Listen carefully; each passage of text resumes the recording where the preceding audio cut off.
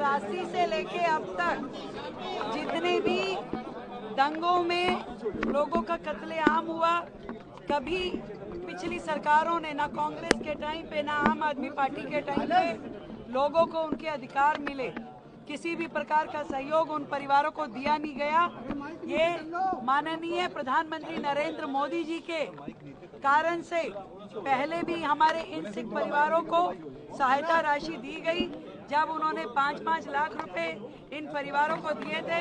और अब प्रधानमंत्री जी के मार्गदर्शन में ही दिल्ली सरकार ने 125 व्यक्तियों को जो सिख दंगों के दौरान मारे गए थे, उन परिवारों से हमने नौकरियां देने का कार्य पूरा किया है, और जिसमें से कई लोगों ने अब ज्वाइन भी कर लिया है।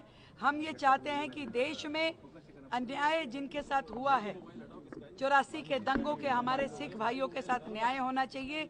उनके साथ सरकार खड़ी है, कंधे से कंधा मिला के खड़ी है, और उनके न्याय के लिए जितनी भी नौकरियां उनको दी जानी है, सरकार उनको जरूर देगी, एक एक कार्य को पूरा करेगी। देखिए, ये सब लोग 1984 के सिख कत्लेआम के पीड़ित परिवार हैं, जिनको आज नौकरियां दी गई हैं। ऐसे 600 से ज़्यादा परिवार हैं जिनको नौकरियां मिलनी हैं।